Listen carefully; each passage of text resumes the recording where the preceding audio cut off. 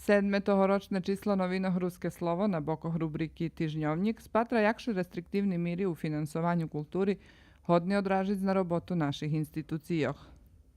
Našo mesta zaznačili akciju dobrodzečnoho davanja krevi u Kocure i Srimsku vinijadu u Berkasove i jakše upravlja z odpadom u Ruskim Keresture. Ekonomija vypituje čiše parastom vyplacelo lagerovacku kuricu.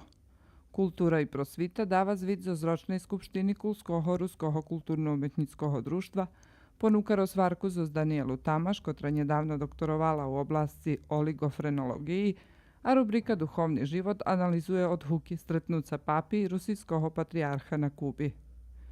U rubriki Ljud za rok i život tekst o Halasovi Ljubomirovi Čapkovi iz Ruskog Kerestura, Sport piše o finansovanju naših sportskih klubov i turniru u šahu u Keresture, dodatok Dom i familija piše o malignih horotoh, a tu i nova ženoblogija.